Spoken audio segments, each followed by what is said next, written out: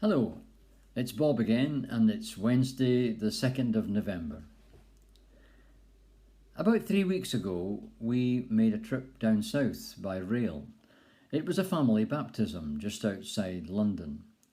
William, 11 months old, a new great nephew, and it was an Anglican christening, the first one that we'd really been witness to.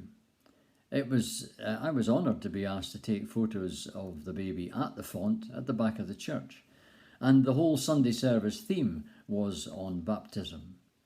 4 sets of grandparents as well.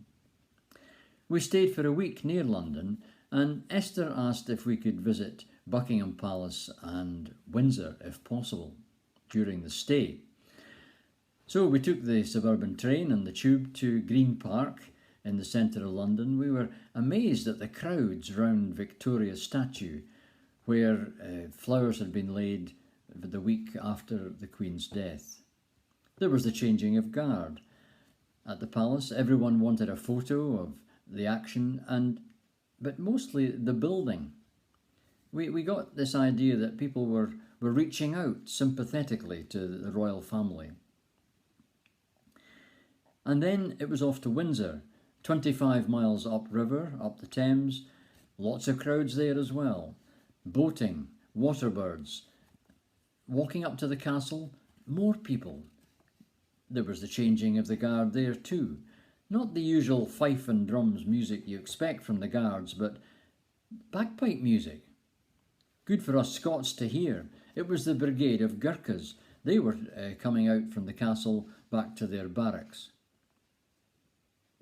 We queued for tickets for the royal apartments and St George's Chapel. We got chatting to folk in the queue. In front of us was a fireman, a retired fireman from Watford. The last time he had been at Windsor was to fight the blaze at the castle in 1992. He was back, first time he was back since his retirement, to see the work that was done to renew the parts of the castle that were so badly damaged and the millions spent on it.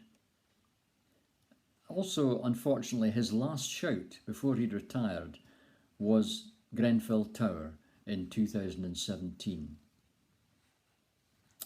We got into the state apartments eventually, and what a royal collection of artwork, sculpture, ceramics, china, gifts from every country visited by the royal family. Being the royal collection, no photographs allowed inside, plenty allowed outside. We got through the building and it was getting on towards the middle of the afternoon. The queue down to St George's Chapel was getting lengthier and lengthier. And we suspected there would be disappointment for many when the queue would have to close by about 4 o'clock. We were lucky. We got through. There was a lot of disappointment for the people who didn't make it. We got into the chapel eventually, and it was a sombre moment, just filing past the graves in the chapel and eventually the Queen's grave. A beautiful Belgian marble slab with brass lettering inlaid. The Queen was laid to rest next to husband Philip, Father George, Mother Elizabeth, and the ashes of her sister Margaret.